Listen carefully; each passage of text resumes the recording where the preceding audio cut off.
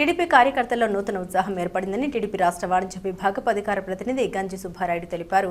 మండలంలోని మాధవరం 1 ఎస్కే నగర్ గ్రామంలో తన నివాసంలో శుక్రవారం ఆయన మాట్లాడారు. మహానాడు చాలా బాగా విజయవంతమైనది. చంద్రబాబు నాయుడు ఈ ఆలోచన మంచి కొత్తగా నాంది పలికినట్టయింది. ప్రతి మహానాడుకు 2 సంవత్సరాలకు ఒకసారి 5 లక్షల మంది వచ్చేవారు. కానీ ఈసారి ఆ మహానాడులో ఎమ్మెల్యేలు కానీ ఎంపీలు కానీ సరైన సమయానికి ఆ స్టేజ్ దగ్గరికి రాలేకపోయేవాళ్ళు. కానీ ఈసారి ప్రతి ఎమ్మెల్యే ఎంపీలు చంద్రబాబు నాయుడు అందరూ కూడా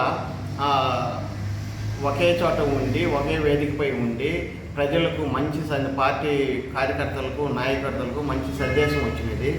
ఈ పెట్రోలు డీజిల్ చాలా ఆదా చేసాము. ఒక ఇంచుమించుగా 2 కోట్ల రూపాయల డీజిల్ పెట్రోల్ ఆదా అయింది. దీనివల్ల అప్పుడు 5 లక్షలు వచ్చేవాళ్ళు, ఇప్పుడు 24 లక్షల మంది వీక్షించారు. చాలా బాగుంది. ప్రతి మండలంలో ప్రతి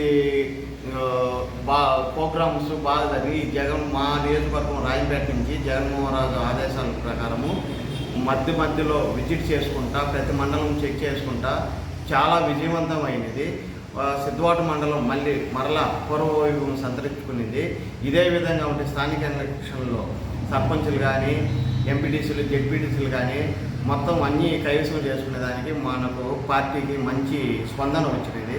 కాబట్టి ప్రతి నాయకుడు కార్యకర్తలు ఈ పూర్వంగా 20 ఏళ్ళ నుంచి ఎవడు తిరుగుతారో వాళ్ళే సర్పంచులు ఎంపీటీసీలు జెడ్పీటీసీలుగా వాళ్ళనే పోటీ దించాలని నేను కోరుకుంటున్నాను. చంద్రబాబు నాయుడు గారికి ఈ విధంగానే ఇస్తే బాగుంటుంది. ఎన్నో ఏళ్ళ నుంచి కార్యకర్తలు నాయకులు పనిచేస్తూనే ఉంటారు. ఏ ఎమ్మెల్యే వచ్చినా వాళ్ళకంటే కూడా ఈ నాయకులే ఎక్కువ పనిచేసిండ్రు గ్రామాలకు.